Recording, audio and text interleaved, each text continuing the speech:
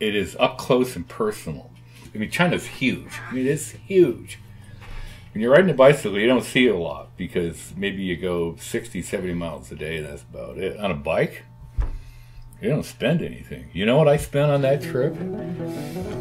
Including airfare from here and almost 4 months in China, including airfare, I spent about $3,500. It's a break-apart bike. It goes apart, goes into a bag that's legal to take on a plane. When you're on a bus or on a tour group or something like that, it's hard to really interact with the people. I mean, it really is. But when you're on a bike, riding down the road through these little villages and stuff, it's really pretty cool. I missed a lot of things that a lot of people who go to China would see. Like, the only thing I did in Beijing was change planes. So I didn't go to the Forbidden City and all that kind of stuff. I didn't see the Terracotta Warriors, yada. I didn't go to the Great Wall. So I missed a lot of those tourist attractions, which would be cool to see. I never have an itinerary. Most of the time I go to these, I don't know where I'm going. It's not that important. I mean, I think when you start getting a really set itinerary and you have a schedule, then it's a real pain because, I think people get really frustrated, especially in these countries like this, if you're on a schedule and you gotta be somewhere, and then the bus breaks down, or it doesn't show up, or it's late, or whatever, and then people get all bent out of shape.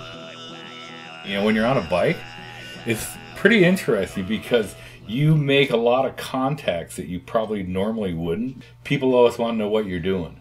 They'll stop and talk to you. Anyways, this guy here, was staying at a guest house, and he was asking me what I was doing, yada, yada, yada. I told him anyways. I ended up spending a week with him, and he took me up to some amazing places.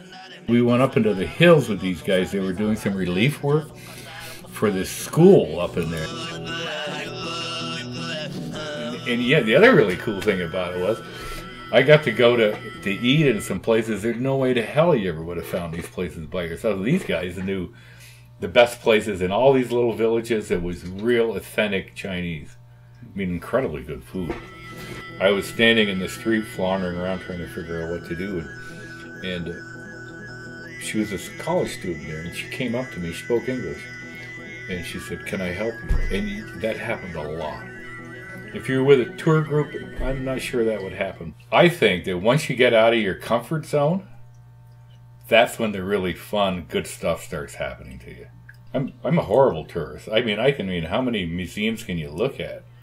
It just drives me crazy after a while. I mean, and that's kind of when you're on those tourist trips. That's what you do. You go museum to museum to museum, yada da da da. And so you see the things that you're supposed to see. When you're a traveler, you're looking for the things that are off the beaten path.